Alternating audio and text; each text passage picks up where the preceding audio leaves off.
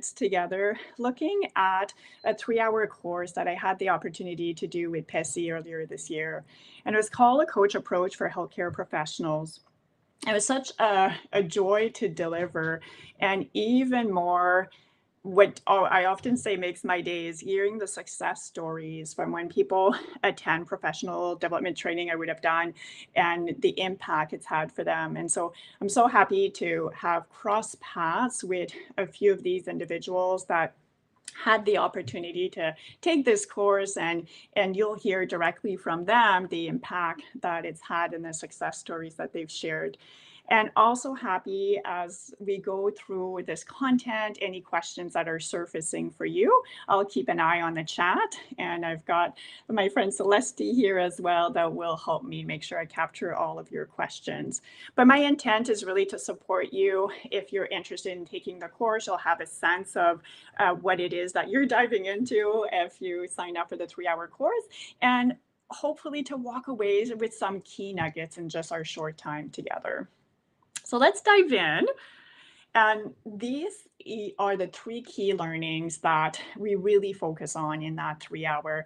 And really, for me, when I started to discover the coach approach and this talk approach, one of my first questions that I remember asking, and I get asked all the time, and I love it, is, Helen, what is the difference between using a coach approach and motivational interviewing? What is the difference with cognitive behavioral therapy? And this is really what we explore in that first learning objective, and really getting clear on first, what is coaching? And I find the best way to discover what is coaching is looking at a second column called what is not coaching. And then it helped me to get clarity on what it is.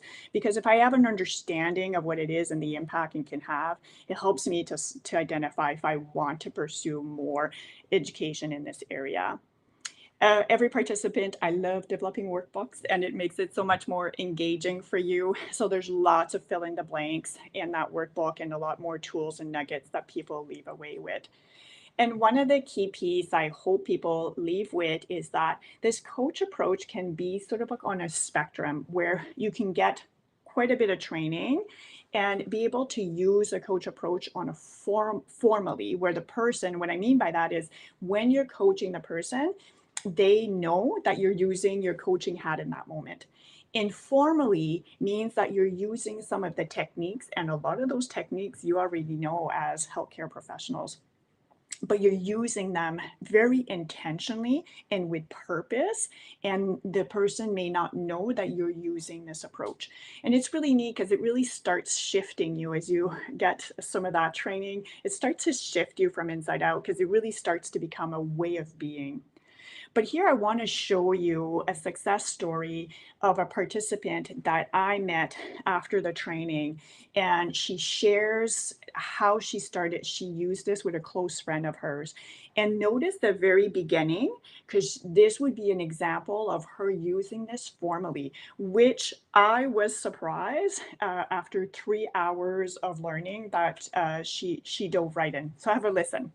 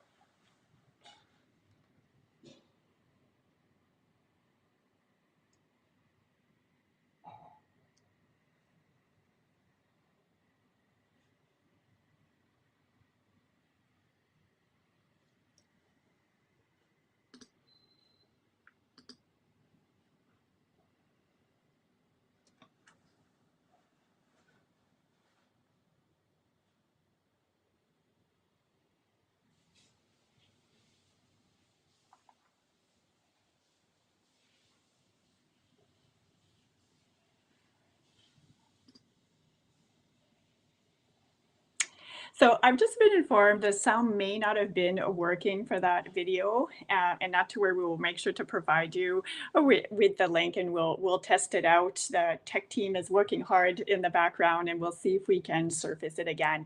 But you might have been able to observe the body language and just my reaction when she was sharing the success story of supporting a friend that was going through a really tough time, and she asked permission. So she said, I've just completed this training and I'm curious if I can use that approach with you. And I'm just going to basically support you to come up with your own answers. I won't tell you what to do. And so she was able to support her friend walk away with an action plan that she identified. So she did exactly as you look on the screen with that definition. She was really partnering with her friend and supporting her. And this is the beauty of you using a coach approach that I love so much is you're supporting the person to walk away with an action plan. In healthcare, that's often what we do. We always finish, okay, what's the plan? And often the plan before this training, the plan was my plan. Okay, what is all my to-do list? And I would give instructions to my clients, my patients, what their plan will be. All right, I'm going to see you in 2 weeks. Here's my expectation. Here's your to-do list. Often I would write their to-do list and hand it over to them before I see them. And I got to experience being so close to burnout because I would go again in 2 weeks to visit them working in community health and coming up and showing up and they haven't completed their plan. And so it was such a big shift for me to start using some of these skills and be able to support my clients to come up with their action plan. And they're the ones that come up with it and they want to follow through with it. And so it's just been, I often say it's been a game changer in my practice and completely shift my practice 180 in the way I show up and I practice. But this is the definition of coaching where you're really partnering and you learn what is partnership. I really don't think I had a clear idea. I knew clearly of what partnering meant, but the doing and how I need to be to partner, I didn't have those skill set until I started to get this coaching training. And what I really started to appreciate is the sustained behavioral change. And so after I've left my clients, I was able to, I often have an opportunity to do a check-in months later, sometimes years later. And what has stuck and the sustained behavioral changes that have happened just always makes my day to hear. And it just really helps me to enjoy the work that I do even more so because I see that I'm making an impact well after I've left their lives. And so following that, that learning objective, we were looking as we were looking at differentiating between the three types of talk therapies, talk approaches, we really saw how each approach absolutely has a place and needs to be in place. And it's really neat how I'm seeing some people merge these approaches together as well to be more impactful so they can support every step of the way to learn to get into the self-management approach. And that's really if we can get to that place of supporting our clients to self-manage their situation, their symptoms, this is where we can slowly start stopping that revolving door of our clients coming back over and over again, and we can support them for sustained behavioral change. So we explored that idea during our time together. And we explored how the coach approach supported me to go deeper in an iceberg. I explained in the course that I felt very comfortable to go just below the iceberg and to understand and learn about their situation, their feelings, their experiences. Easy, comfortable place for me. But what I've discovered is some techniques to challenge perceptions. And that's the difference between coaching and motivational interviewing, is that we can really go a little bit deeper to make such an impact, because it's when I start to shift the way I see something that I can start to make a behavioral change if it's important for me. And that's also a skill that can be helped with using the diving goal. And so this is something that I showcase a lot because that's really what started to walk me away from burnout and enjoy my work again, is I stopped the fix it mindset and I started to coach the person through their stuck factors. So these are examples of different tools you leave with in the training, really supporting you to have that language. So this is an example of a deck of PowerPoint, a deck that you have access to that you can use with your clients to explain the difference between the three approaches. You can use it with your colleagues. So I really love to have people leave with lots of nuggets and tools that they feel that they can start using this approach immediately. In that class, we also really looked at all the different theory that backs up a coach approach in healthcare, and we zoned in on a very specific one. We had the time to focus the later half of the course going beyond SMART goal. And this is where we looked at a tool that I created once I started to get coaching training. I started to see, why am I all the time writing goals not met or goals partially met in my progress report, my discharge report that needed to be sent every 3 months? And I sat there and looked at all my different elements I was learning in my coaching world that weren't embedded in my healthcare world. And so I put them together. So I kept SMART and I added some elements and I ended up with Dive In. And so in the second half of the course, that's what we explore. And you get to see me using the Dive In Goal tool with a live client that I have. And this success story, let's see if it's on this very next slide. And so I'll show you the success story because it was neat to hear a participant who did the course then use this for an entire session with one of her clients that she was stuck with. So have a listen. And I have a client who I've been working with for a while now, and she came into one of those sessions and she was just spinning her wheels so much. And I said, okay, well, she was so overwhelmed with her family. She's got 2 kids. Her grandfather lives with her as well, and everyone is receiving services of some kind, and she's in charge of everyone's care. I'm working with her. She's trying to bring like balance to her life, and she keeps falling short for her needs because she's so overwhelmed with the families. And so she was going. And I said, hey, I learned about, this new thing. Would you mind if we took a session just on goals to kind of see where you're at? Because where you're at right now is not where you were a month ago. And I feel like we need to shift. Yeah. So we spent the whole session actually just on the dive in goals and went through in like an interview fashion. And I shared the screen with her, typed in all the answers and got really deep with the values. And it was those, I mean, she was in tears at one point of like the value of health for her family. And like, okay, well, if we don't get these services set up, what it is. And really what had happened was she was so afraid that she was running into putting it off to contact other therapists and try to find someone because she was afraid of what the therapy process was going to now look like. And then realized, oh my gosh, I've been just postponing this because of my own fear. And it got to that root of underneath the iceberg is their fear, but that is so misaligned with her values. And guess what? That was last month and everyone's in there. She found something at the schedule. She's like, I did it, Sam. I got everyone in. I can meet with you now. We can go back to meet. And so like one session,